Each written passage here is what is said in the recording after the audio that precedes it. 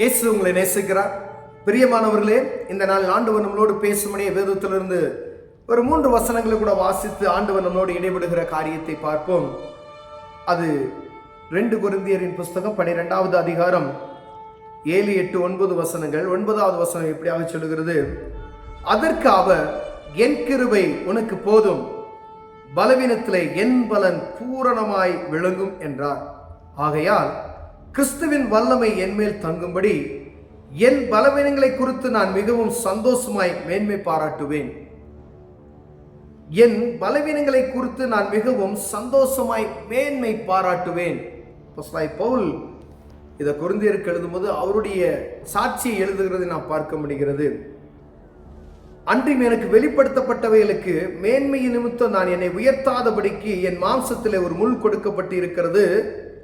என்னை நான் உயர்த்தாதபடிக்கு அது என்னை குட்டும் சாத்தானுடைய தூதனாய் இருந்தது. ஒரு பலவீனம் அவரை தொந்தரவு செய்து கொண்டே இருந்தது.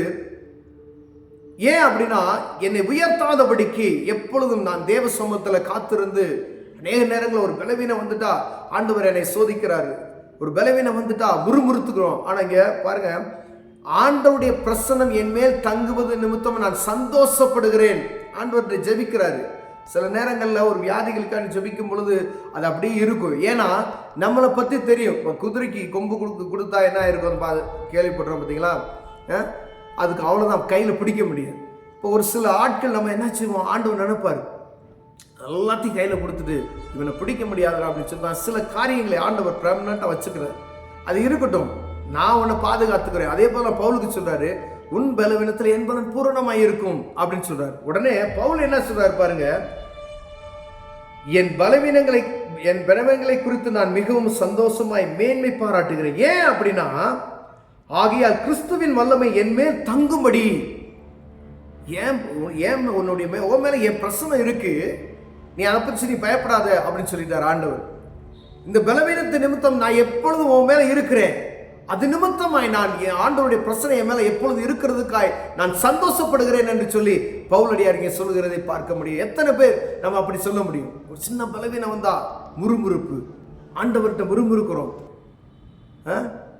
இன்னும் என்னை சுகப்படுத்தல, மனசுக்குள்ள நம்மளே ஆண்டவர் ஒரு காரியத்துக்கான ஆண்டவருக்கு தெரியும் உங்களுக்கு எப்ப சுகம் கொடுக்கணும். ஒரு நொடி பொழுதுலையும் அவரால் கொடுக்க முடியும். ஒரு பொடிப்பொழுத கொடுக்கிற சுகத்தை பெற்றுவிட்டு உலகப்பிரமான காரியத்தை மீண்டும் போய் செய்வீர்கள் என்றால் ஆண்டவர் கொடுக்கிற சுகத்துக்கு அது பிரயோஜனமே கிடையாது. ஒரு மனிதன் நல்லா திருந்தி வாழணும் அப்படின்னு சொன்னா அற்புதமாய் ஆண்டவர் ஒரு சுகத்தை கொடுக்கிறார். பேதுரு போகும் பொழுது ஒரு முடவனை எழுப்பி விடுகிறார். அற்புதம், அவன் சாட்சியாய் வாழுகிறான்.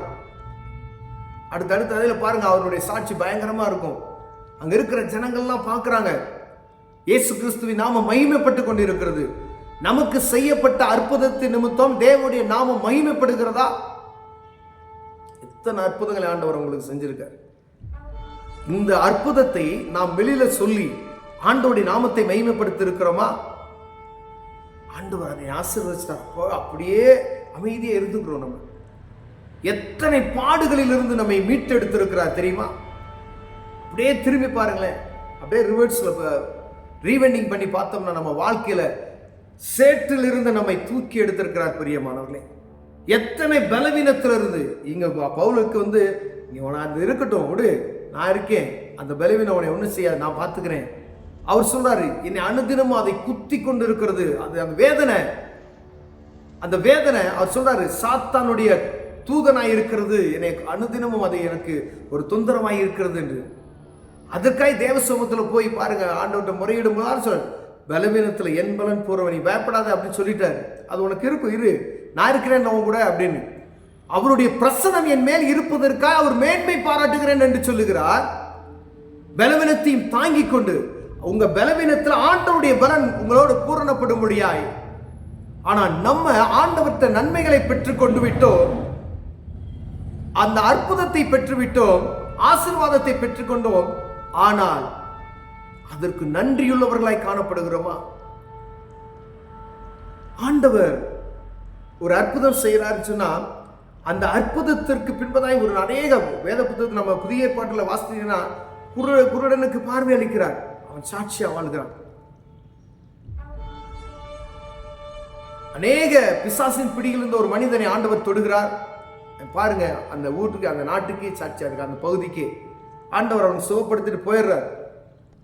ஜனங்கள் அவரை பார்த்து பயப்படுறாங்க.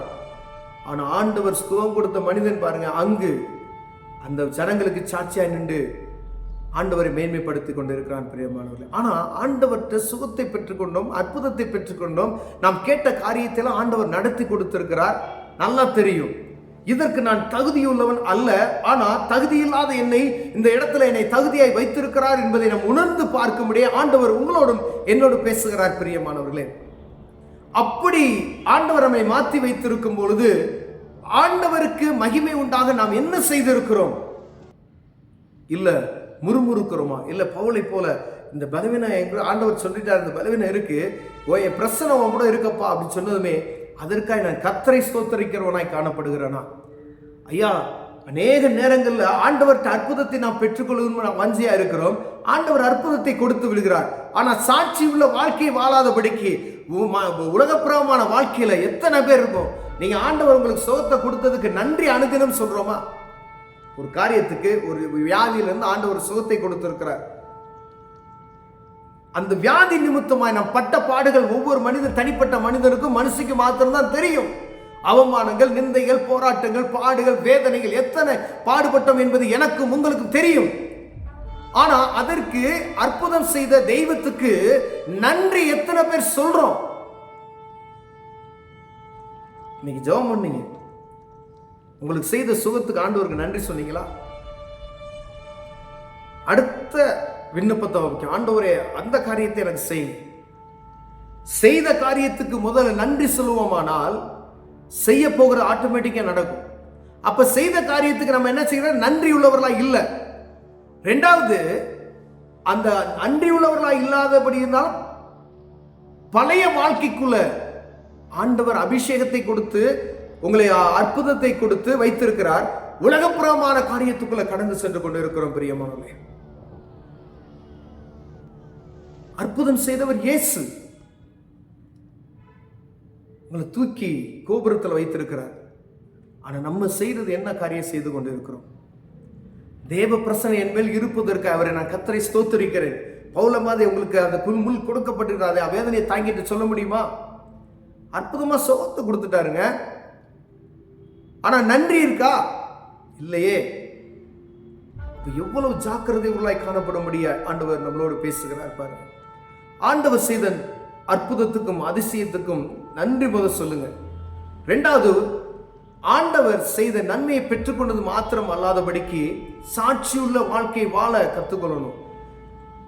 அற்புதத்தை பெற்றுக்கொண்டவர்களாகிய நாம் மீண்டுமாய் பழைய வாழ்க்கைக்குள் திரும்புவோமாயினால், ஒரு ஆராய்ச்சியில் சொல்லப்பட்டு இருக்கிறது நாம் பார்த்து கேட்டிருப்பீங்க. திருப்பியும் உலகப்புறமான காரியத்துக்குள் கடந்து செல்லும்போது அந்த வியாதி என்ன செஞ்சிருந்தா அவங்களுக்குள்ள திரும்பி. ஏன்னா ஒரு மனிதனுக்குள்ள இருந்து அசுத்த ஆவி வெளியே போகும்போது அது போயிட்டு என்ன செய்யுமா? உலகெல்லாம் சுத்திட்டு அப்படியே வருமா? திருப்பி நான் விட்டு வந்த இடம் எப்படி இருக்குது பார்க்கிறதுக்கு திரும்பி வருமா? அது சுத்தமா இருந்துச்சுன்னா உள்ள வராது. அது அசுத்தமா இருக்குன்னா போய் கூட ஒரு பெரிய கூட்டத்தை கூட்டிட்டு வந்து என்ன செஞ்சுமா? உள்ள உட்காந்துக்குமா. இப்போ முன்னிலைமையிலும் பின்னிலைமை கேடு உள்ளது என்று ஆண்டவர் சொல்லியிருக்கிறார் பிரியமானவர்களே. அப்ப எவ்வளவு ஜாக்கிரதை உள்ள நான் நடந்து கொள்ளணும்னு பாருங்க. ஆண்டவர் உங்களோடு பேசிக்கொண்டு இருக்கிறார். ஆண்டவர் செய்த நன்மைக்கு நன்றி சொல்லுங்க. அது பின்பதாய் உலகத்தினுடைய வாழ்க்கையிலிருந்து ஒரு மாற்றத்தை ஆண்டவர் எதிர்பார்க்கிறார். உங்க வாழ்க்கையில ஒரு வித்தியாசம் இருக்கணும். இந்த பிள்ளை ரட்சிக்கப்பட்டவன் அற்புதத்தை பெற்றுக்கொண்டா ஆண்டவர் மகிமையுள்ளவளா இருக்கிறார். இந்த சகோதரன் ஆண்டவற்ற அற்புதத்தை பெற்றுக்கொண்டான், இவன் ஆண்டவருக்கு சாட்சியாய் வாழுகிறான். சிறிதளவு கூட உங்க வாழ்க்கையில மாற்றம் இல்லை என்றால் உங்களை பார்த்து மற்ற மக்கள் சொல்லணும், இவர்கள் கர்த்தருடைய பிள்ளைகள் என்று சொல்லுவார்களே. ஆனால் இவர் தேவ மனிதர்கள், இவர் வாழ்க்கையில நான் வித்தியாசத்தை பார்க்கிறேன் என்று புறஜாதி ஜனங்கள் சொல்லணும். உங்களை பார்க்கிற ஜனங்கள் சொல்லணும், இவங்களுக்குள்ள ஒரு வித்தியாசத்தை நாங்கள் பார்க்கிறோம் என்று சொல்லணும் பிரியமானவர்களே. அதை தான் ஆண்டவர் விரும்புகிறார். நம்ம எந்த நிலைமையில இருக்கிறோம் என்பதை நமக்கு மாத்திரம்தான் அறியும். கண்களை மூடுவோம், ஜெபம் செய்வோம். அன்பின் தகப்பனே, பவுலை போல ஒரு நல்ல இருதயத்தை எங்களுக்கு தாங்க ஆண்டவரே. அங்கு பாடுகள் இருக்கும் பொழுதே தேவனுடைய பிரசன்னம் இருக்கிறதுக்காய் கர்த்தரை ஸ்தோத்தரிக்கிற அந்த இருதயம் எங்களுக்கு வாங்கும். நாங்கள் அற்புதத்தை பெற்றுக்கொண்டுட்டு ஆண்டவரை ஆராதிக்காமல் இருக்கிறோமே, மன்னிங்க ஆண்டவரே. ஆராதிக்க உதவி செய்யும். இயேசுவின் நாமத்தில் பிதாவே, ஆமென்.